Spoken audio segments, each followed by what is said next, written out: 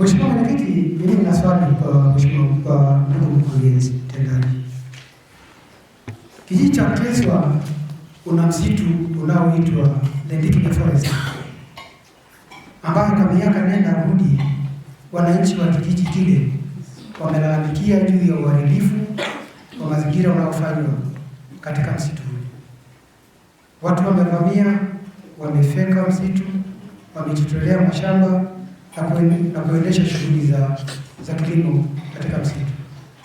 Shughuli hiyo ya kilimo imepelekea madhara makubwa ya ukame, mafuriko makubwa iliyoleta adha ya vifo kwa watu, kubebwa na maji, mifugo, mashamba kuzolewa mazao. Ni kweli mheshimiwa, nenda kwenye swali.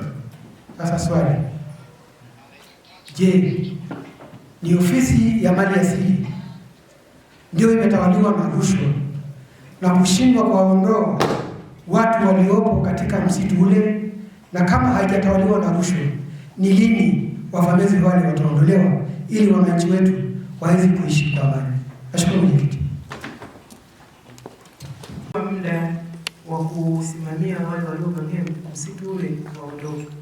Kwa hiyo kwa kushirikiana na ofisi ya mkuu wa wilaya tumepanga kufanya doria kwenye ule msitu kwa ajili ya kuondoa hawa wavamizi. Kwa hiyo mheshimiwa mwenyekiti, nimtaarifu tu mheshimiwa diwani kata ya Mashahidi kwamba hiyo doria itafanyika kwa ajili ya kuondoa hawa wavamizi. Asante.